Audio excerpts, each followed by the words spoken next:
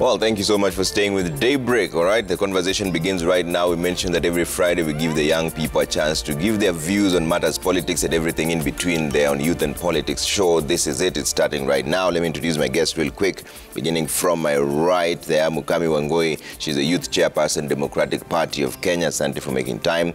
Kennedy Omulo, Director Political Affairs, ANC, is here with us. Asante sana for making time. On my left, Winfred Asiko, youth leader. Asante for making time. And Mohamud Salim Omar, advocate of the High Court. The main question we're asking you this morning is how can the youth set the political agenda in Kenya? That is the main question, all right? At Trevor Mbija at Citizen TV Kenya, use the hashtag Daybreak. But first up, let's take a look at what's going on in the dailies and hear the views of the young people in studio here on these issues here. We see Ruto, Raila fight, Uhuru Paul's bill. Joining the forces there, Deputy President William Ruto and ODM leader Raila Odinga voiced strong opposition to the proposed Elections Amendment Bill 2022, marking a rare closing of ranks between the two presidential hopefuls. Rivals Ruto and Raila unite in bad law, that's on the Standard front page. In a rare show of unity, bitter political foes, DP Ruto and ODM Chief Raila Odinga and allies are joining forces to reject a state-sponsored bill that seeks to reintroduce manual voter identification and transmission of the elections bill. Omula, what do you think of this proposed amendment bill to 2022, which is a proposed elections amendment bill that seeks to return a bit of manual transmission of results? Actually, we cannot accept to go back to dark days when we had manual transmission of results. As Kenyans, we want to see what is happening. I want to see live what is happening as they come, because, reverting back to, manual or denying us the right to see what is happening will only means that will create a lot of tension and propaganda. Yeah. And it will bring, a situation where Kenyans will not believe what IBC will be able to announce. So it has come at the wrong time. We don't know the intention, and we are not going to support it in any way. Okay. Yes. Wangui, what do you think? Getting back to the old days where results were transmitted manually, it might have brought a lot of wrangles because people do not necessarily trust. The question here is the trust deficit that is in our people, and they are not very happy when they cannot verify that the kind of results that are being streamed or the kind of the results that are being taken to the tallying stations are the results that are the correct results. So I would say we have an issue of areas whereby we also have delayed results because of technical problems or network coverage. So we should have a system, for me it should be a hybrid, where we have results transmitted and they can be verifiable, and also have results that if an area has very poor network coverage, there is a way that the people can come together, all the agents can come together, verify the results, and make sure they get to the right tallying centers. But Wangui, that hybrid is where the drama is, because they're saying that IBC also saying that they are going to transmit some electronically and others could have to be manual. Trevor, when elections are held, people anxiously wait for results.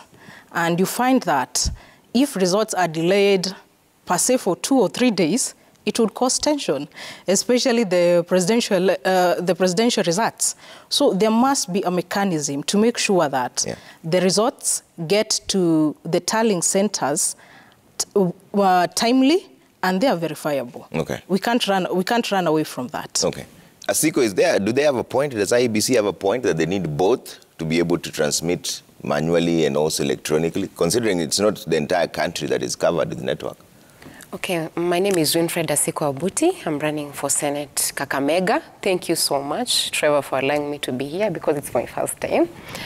So first, I want to say, according to the Kriegler report of 2007, where the election was marred with a lot of irregularities, it was noticed that 1.2 million voters that are dead voted into that election, which is something that really brought a lot of issues and brought a lot of controversies and conflict of interest among Kenyans and also among the presidential candidates. And as we can see, right now it is a battle of the big wigs. It's the supremacy battles. It's a tight race between Raila Amolo Odinga and William Samoei Ruto. So in this case, this kind of transmission of results will only bring issues because we are trying to avoid the post-election violence. And for us to do away with that, we need something that will be transparent, something that will be verifiable, and something that is going to ensure that there's no conflict of interest between Kenyans and from the different political divides. Okay. Yeah. Mahmoud? Thank you, Mbija, for hosting me today. You know, elections in Kenya are the most over-legislated elections in Kenya are the most over-legislated elections in Africa and even in the region, in the world. So the primary reason or the primary objective why it is over-legislated so that it can cover any loophole or protect any aspect of irregularities and also advance the constitutional requirement for a secure, verifiable, simple, transparent elections in Kenya. So for us to go back to manual system, I think it will take us back to what Kriegler report at least recommended so that it can be a preventive measure through legislation. That's why the Constitution came and also the various electoral laws in Kenya.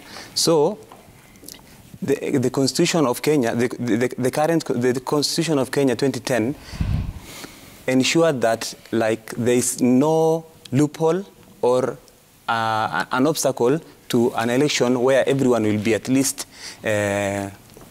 comfortable with. Yeah. That's why the hybrid system is also at least the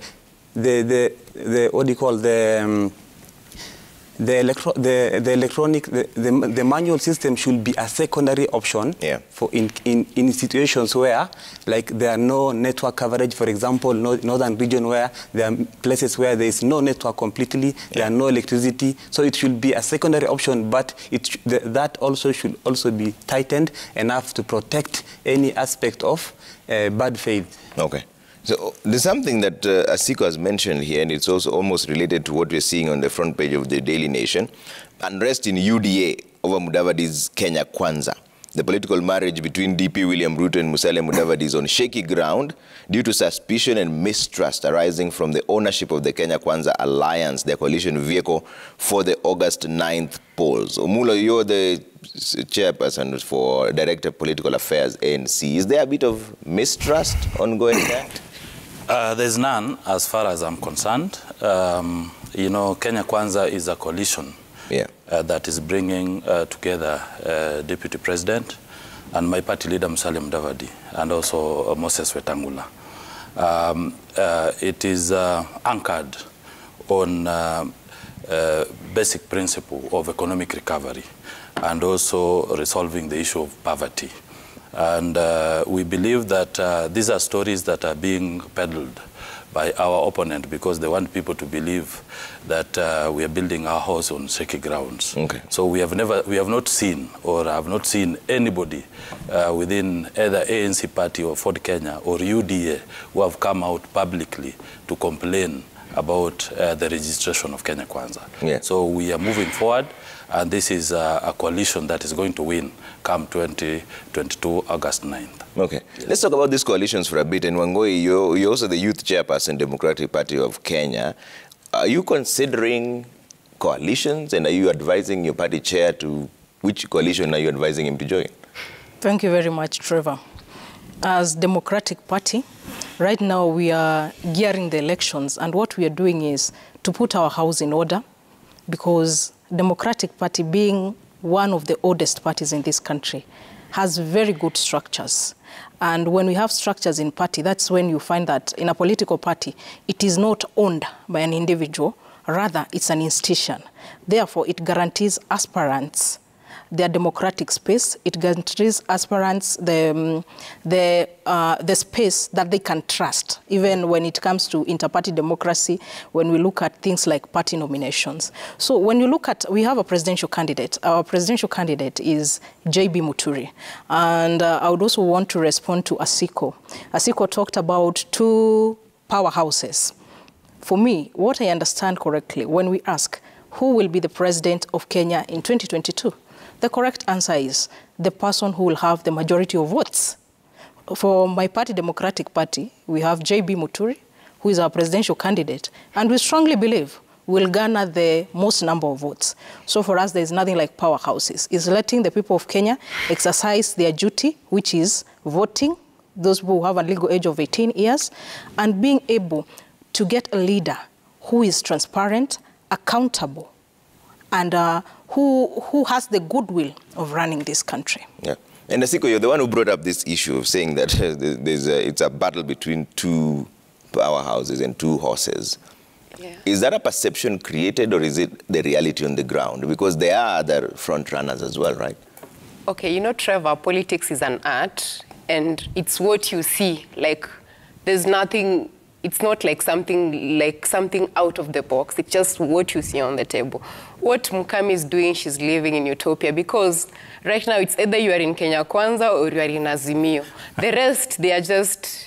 The rest, you know, there's that horses and then there's donkeys. I can say now the others are donkeys and then the two are the horses now.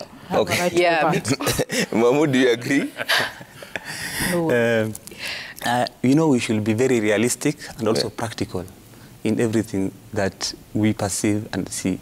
So the reality is, ask yourself, you know, for the two horses, for Honorable Raila Odinga, you can say that these are his strongholds. For Deputy President Ruto, also these are his strongholds. Then let's ask ourselves, where are the strongholds of the current Speaker of the National Assembly, J.B. Muturi? You know, that is how we can at least balance and come with the conclusion that this is just a two-horse race. The rest are just wanasindikiza. Yeah. But why is that? Because you see, if we take the youth as a particular stronghold, they can change the trajectory of this country completely. Yes. And that's the reason why I was asking you, how can the youth set the political agenda in Kenya? You know, the participation of youth in politics, generally in governance, depends with the socio-economic, cultural, and also what you call political landscape of this country. I will give you a good example. Let me take you to local politics, especially in Mandera, where I come from. Yeah. You can see that there are many cultural obstacles that prevent youths from at least participating actively in governance of even governance at the devolved level, that is the county level. Yeah. For example, you can see that the creation of the Council of Elders, there is no representation of any youth or even women to some extent who will make a decision on whom we can at least select or nominate to participate in the elections. Yeah. When we come to economic aspect, then election is very expensive. Participating in politics is very expensive. For example, I'm being told that for you to be a governor in Mandera County, you need a minimum of 600 million. For example, then me as a youth, how can I get that 600 million? Okay, you can see then if you come to the aspect of the member of parliament, same 100 million and above, all these things. That's why you can see that the landscape, it locks out the youth from actively engaging in it. I will give you a good example. There is a very young man who is called Said, who is vying for senatorial position in Mandera County. He's a very young guy, very active, and also very promising. Yeah. But his rival is now the current governor who wants to come back to politics through the Senate. It doesn't mean that, is it logical that for 10 years, having the county resources, what have you done? Then coming to the Senate, what is the policy gap or legislative gap that you want to add value in Kenya? It's just about it's about, what do you call, muscle of the pocket. Yeah. That's what I can say. Right. So those factors are the ones which lock the youth from actively participating in governance and also at the political level. Okay. Yeah. I wanted to add something. Yeah. First of all, I wanted to respond to the ANC director. You know, politics is a game of self-interest and betrayal. You are saying that you guys are ANCs together with UDA. But Mudama came out openly and said there's no pact between ANC, UDA, and Ford Kenya. What makes him trust? What makes them trust DP William Ruto so much, to the extent that they just want to be moving together without no serious pact? That one aside, for the youth participation in Kenya in politics, first of all, we want the political class. They have categorically stated what they want in these spaces. Some of them want to be president, some of them want to be deputy presidents, others want to be governors, senators. But you see, like most of the youth, they are shying away from vying for these positions. So the best thing my fellow youth can do out here is to come out strongly. Stop being at the periphery. You know, we've been at the periphery for a long time until we are not at the decision-making table, and we are also not part of policy creation and implementation, and that is why most policies do not favor us. So for us, the youth, we need to come out strongly. We need to vie for these positions. And for our fellow youth who are watching us from far, it is good that you support your youth, because most of the time you guys are saying you don't have jobs. We don't have jobs because, first of all, you don't have connections, and then secondly, because most of these positions, they have been taken by the older persons. And you also find like ministries and dockets that belong to the youth are managed by older persons. But the Constitution of Kenya, Chapter 17, Article 260, clearly states that a youth is someone who is above 18 and below 35. Why is it that these positions are being given to other people and not the youth? This is what the youth should be coming out and trying to understand. Yeah. Just instead of being the stone throwers and just being at the bloggers, the people who are abusing other politicians online. Yeah. So it is good that we come out and vie for these positions, and also those youth that don't look at someone because they don't have money. Yeah. Most of the youth do not have money. How can you make billions when you are only 28 or when you are 26, 27? That is just out of order. But you're running for Senate, right? Yes, I am. What are some of the challenges you're facing on the ground? Have you been faced with resource issues where you now know, okay, yes, now my competitor has this sort of machinery running, yes, and I'm also here? What is the reality on the ground for you? The reality on the ground is that most of the youth do not have money to vie for these positions, because most of them are not employed, and others, for those who are doing business, like me, I do business.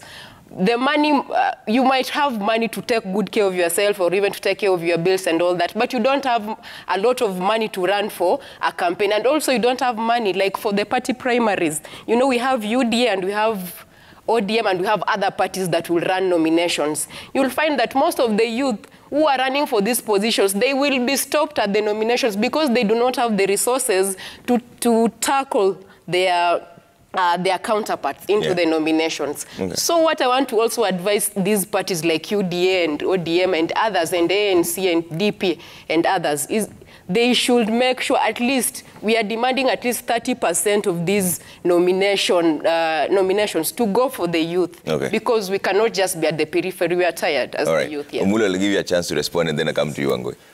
First and foremost, I want to make it very clear that you know, Mudama was misquoted, and is right, because remember in our NDC, we gave His Excellency Musalia Mudavadi a mandate to run for presidency. Secondly, we gave him the mandate to look for friends, to look for partners whom we can work with.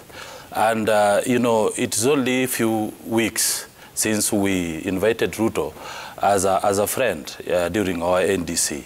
We are yet to, you know, organize and even formalize such kind of arrangements. So people were peddling lies that, you know, Musalia is going to be given a certain position in that coalition. And that is what we are saying. We are working as partners. And Musalia Mudavadi is running for presidency. Ruto is running for presidency. A time is coming when they will come up and they give us the best presidential candidate within the alliance of One Kenya Alliance. And our resolve is not, you know, we are not looking for any position in that coalition. We have come together because of ideological, there are things that we are doing together. For example, Ruto has been talking about bottom-up economics, the microeconomics. We have been talking about uchumi bora pesa mfukoni. So based on that platform, we are able to say that we are going to solve the problems, challenges that are faced by Kenyans and even the young people. And secondly, I also want to invite, my dear friend here who is running for Senate in Kakamega County, that in ANC, which of course I want to sincerely thank Musalia Mudavadi, because he's been able to mentor young people to participate in leadership and even decision-making, in the party, in the ranks and files of the party.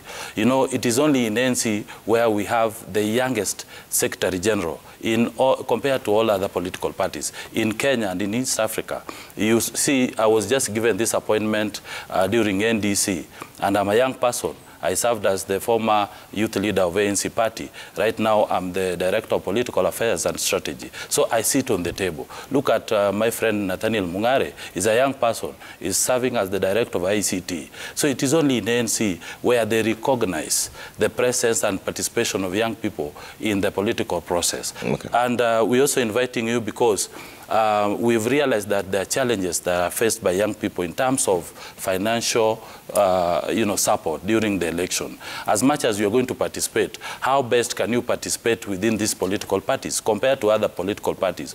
ANC is providing a platform that will enable you to pay less. In fact, we are almost giving free to the young people, half the cost of, to allow you to contest in this position. Coming back, Trevor, to how we can set the agenda as young people. We can only set the agenda of this country if we are part of the agenda or if we are the agenda. You cannot complain about food if you have not participated in cooking that food or even buying that food. And that is why we are urging other young people, be it in Azimio or even Kenya Kwanza, we must be on that table. Let us participate in the development of manifesto so that we have our issues addressed in this political process. All right. I want us to stick to that conversation for a bit because it is the main conversation. How can the youth set the political agenda in Kenya? But Wangui, you wanted to respond.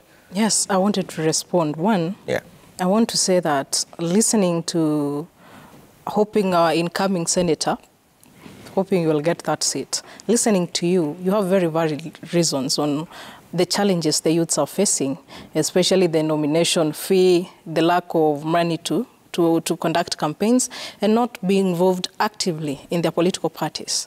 When you look at a party like Democratic Party of Kenya, and you want to vie for a particular seat, as a youth, one, you get half the nomination fees. And doesn't stop at that. If you cannot raise the amount, it can also be waived and it will be zero. So you'll have your chance to go for the seat that you want. When listening to the presidential candidates that are vying in this country, I've been very keen to listen on the spaces that they offer the youths. Only one candidate has come out with clarity of mind and said it, that they are going to offer 70% of the government positions to the youth, and that is J.B. Muturi. So we cannot talk about a majority of tribes. We are talking about the youth tribes. And it is the youth tribe. Why? Because the challenges Mukami Wangui will be facing in Kiambu as a youth are not unique.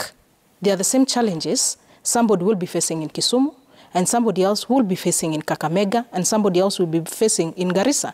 So what do we need? We need to come together as youths, bring our voices to the table, articulate them well. When we look at political parties, like Democratic Party of Kenya, we have NEC. NEC is the National Executive, where we have 3 youths represented at NEC. That is the National Youth Chairman, the Secretary General, and also the Organizing Secretary. These are people who bring the youth voices to the table, whereby they are articulated and the party absorbs it. So it's not a matter of youths being in a political party and appearing cosmetically and also just going for laris. When she said that my candidate, I don't know what parameters she's using to gauge that my candidate is not among the best or among the first. One thing I want to tell you is, as much as other people have been holding political laris, others have been calling people to their homes, what he has been doing is that he has been going to Mashinani to meet one-on-one with Wanjiku, not a group of 5. When you're talking to about 30,000 people, what message will you be passing? But when you meet a considerable group of opinion leaders from various counties. They are able to tell you their challenges. And as a leader, when you're developing your manifesto, you are able to incorporate solutions that are going to help these people. Okay.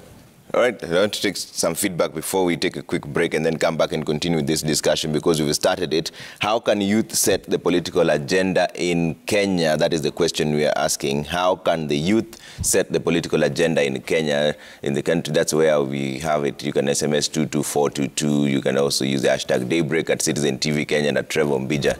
That's how we get your feedback. That's coming up right after this break.